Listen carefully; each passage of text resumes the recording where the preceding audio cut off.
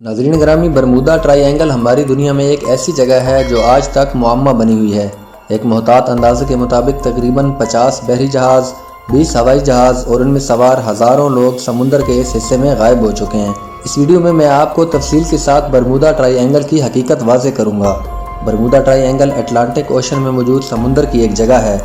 ये Miami, Puerto Rico और Bermuda के दरमियान एक ऐसी जगह है जो एक ट्रायंगल की शेप में लगती है, इसलिए इसे बरमूदा ट्रायंगल कहते हैं। नाज़रीन ग्रामी, 1492 वो साल था जब मशहूर एक्सप्लोरर क्रिस्टोफर कोलंबस समुंदर के इसी हिस्से के ऊपर से गुजर रहा था। कोलंबस ने बरमूदा ट्रायंगल के अंदर कुछ अजीब चीज़ें देखीं, जैसा कि उसने देखा कि समुंदर में कोई आग का गोला आकर गिरा है। इसने यहाँ कुछ अजीब किस्म की रोशनियाँ भी देखीं। इस जगह समुंदर का पानी ऊंचाई पर जा रहा था।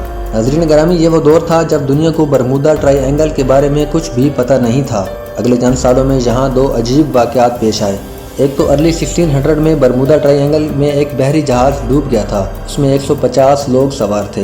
कहते हैं कि ये बहरी जहाज़ किसी तूफ़ान की जद में आ गया था। लेकिन नाज़रीन ग्रामी, अगला वाक़या काफ़ी अजीब है। ये 1881 की बात है, जब एक बहरी जहाज़ इंग्लैंड से अमेरिका जा रहा था। जब ये बरमूदा ट्रायंगल के ऊपर से गुजरा तो इस बहरी जहाज़ में सवार लोगों ने कुछ अजीब देखा। उन्होंने यहाँ एक और बहरी जहाज़ को देखा जो बिल्कुल खाली था। कुछ लोग अपने बहरी जहाज़ से उस खाली बहरी जहाज़ के अंदर चले गए कि देखा जाए कि इसके अंदर क्या है, और उसी वक्त बरमूदा ट्रायंगल में एक ज़बरदस्त तूफ़ान आ गया और ये दोनों बहरी जहाज़ अलग हो गए। अगले दिन जब ये तूफ़ान ख़त्म हुआ तो इस दूसरे बहरी जहाज़ में जो लोग गए थे वो वहाँ से गायब हो चुके थे। मुमकिन है कि ये लोग तूफ़ान की वजह से समुद्र में गिर गए हों। नाज़रीन ग्रामी, बरमूदा ट्रायंगल जिस वाक़े की वजह से मशहूर होना शुरू हुआ वो वाक़या मार्च 1918 में पेश आया। अमेरिकन नेवी का एक जहाज़ बरमूदा ट्रायंगल के ऊपर से गुजर रहा था। यह अमेरिकन नेवी का सबसे बड़ा जहाज़ था। उसका नाम साइक्लोप्स था। नाज़रीन ग्रामी, ये बहरी जहाज़ 550 फीट लंबा था। इसमें 306 लोग सवार थे। इस बहरी जहाज़ की तरफ से आखिरी पैगाम जो मिला था वो ये था कि मौसम अच्छा है, सब ठीक जा रहा है। लेकिन फिर ये बहरी जहाज़ बरमूदा ट्रायंगल में गायब हो गया और ये ऐसा गायब हुआ कि इसका कुछ भी अता पता ना मिल सका। ना तो इस बहरी जहाज़ की तरफ से मदद की कोई कॉल आई और ना इसका मलबा कभी मिल सका। ये ऐसे था जैसे बरमूदा ट्रायंगल में छुपे किसी मॉन्स्टर ने इसको खा लिया हो। नाज़रीन ग्रामी, 1941 में बरमूदा ट्रायंगल में दो और बहरी जहाज़ गायब हो गए। उनमें से एक का नाम USS कोडियस था। इस बहरी जहाज़ में 58 लोग सवार थे। उस वक्त तक बरमूदा ट्रायंगल से मुतालिक दुनिया में बातें तो होती थीं, लेकिन इन तमाम हादसों का जिम्मा समुद्री तूफान को दिया जाता था। लेकिन 1945 में एक और अजीब वाक़या पेश आया। 5 दिसंबर 1945 को अमेरिका के 5 हवाई जहाज़ बरमूदा ट्रायंगल के ऊपर से गुजर रहे थे। ये जहाज़ बम्स गिराने की प्रैक्टिस कर रहे थे। इन जहाज़ों में 14 लोग सवार थे। नाज़रीन ग्रामी, ये 5 के 5 जहाज़ बरमूदा ट्रायंगल के ऊपर से गायब हो गए। ये जहाज़ कहाँ गए किसी को पता नहीं था। कुछ लोग मानते हैं कि ये जहाज़ गलत रास्ते पर निकल गए थे और फ्यूल ख़त्म होने की वजह से समुंदर में गिर गए। लेकिन उसी दिन एक और जहाज़ जो इन जहाज़ों को ढूंढने बरमूदा ट्रायंगल की तरफ गया, ये भी यहाँ से गायब हो गया। ये जहाज़ एक फ्लाइंग बोट था जो समुंदर पर भी उतर सकता था। इस जहाज़ में 13 लोग सवार थे। लेकिन नाज़रीन ग्रामी, ये जहाज़ भी अब लापता हो चुका था। कई महीनों की सर्च ऑपरेशन के बावजूद इस जहाज़ का भी कुछ पता नहीं चल सका।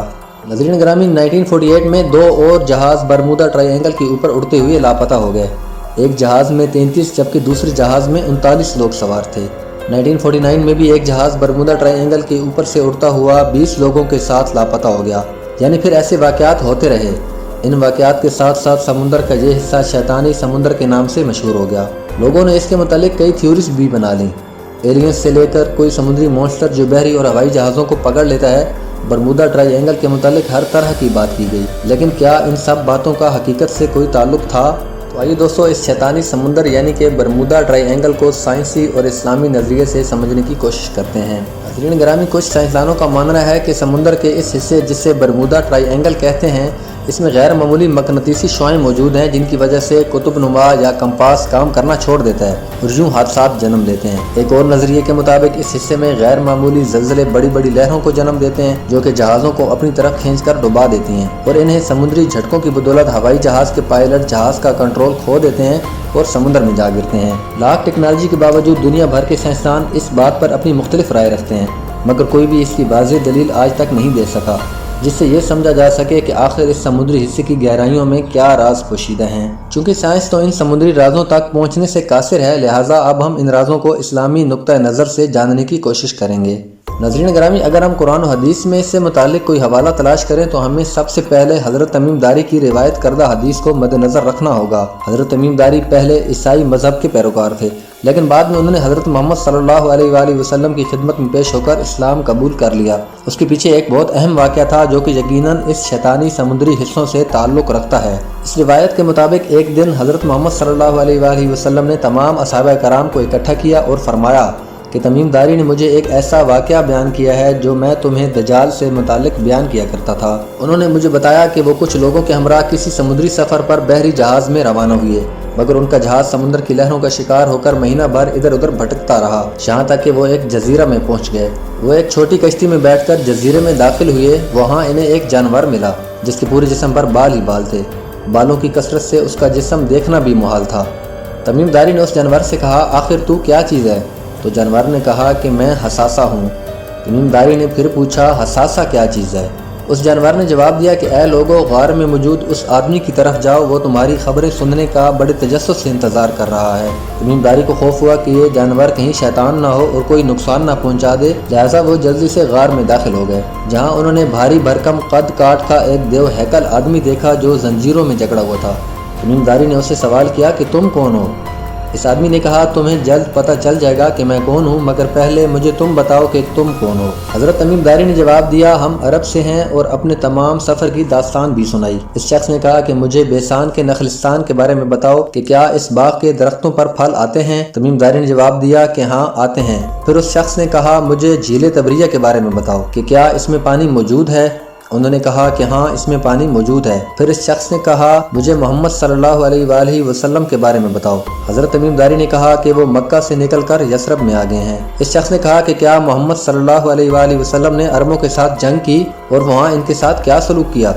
تمیم داری نے اس شخص کو تمام احوال بتایا اور بتایا کہ محمد صلی اللہ علیہ وآلہ وسلم عربوں پر غالب آ چکے ہیں۔ تو اس شخص نے کہا کہ اب میں تمہیں اپنے بارے میں بتاتا ہوں کہ میں دجال ہوں اور مجھے عنقریب خروج کی اجازت مل جائے گی۔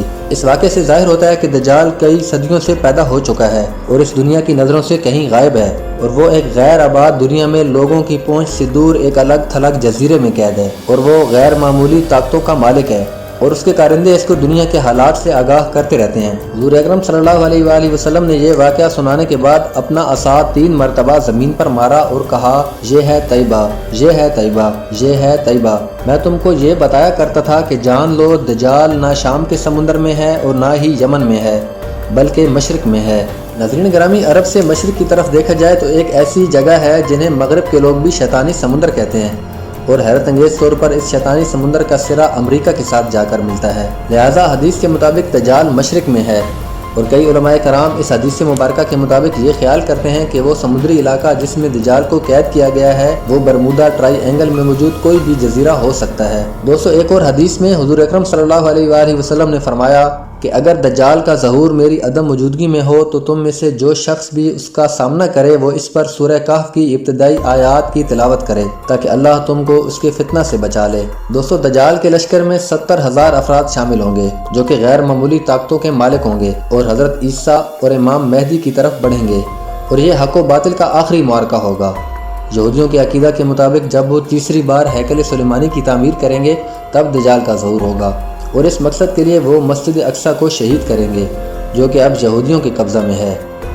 ناظرین کرام، مجھے امید ہے کہ ان سائنسی اور مذہبی حوالوں سے آپ پر اس سمندری حصے یعنی کہ برمودا ٹرائی اینگل کی پراسراریت کا راز واضح ہو گیا ہوگا۔ اگر ہماری یہ کاوش آپ کو اچھی لگی ہو تو اس ویڈیو کو لائک کیجیے اور دوستوں کے ساتھ شیئر کیجیے۔ مزید انفارمیٹو ویڈیوز کے لیے ہمارے چینل کو سبسکرائب کیجیے اور کمنٹ باکس میں اپنی رائے کا اظہار ضرور کیجیے۔ میں ہوں آپ کا دوست حسیب افضل اور آپ دیکھ رہے تھے البرق انفو۔ ملتے ہیں ایک نئی معلوماتی ویڈیو میں، تب تک کے لیے اپنا بہت سا خیال رکھیے گا۔ اللہ حافظ۔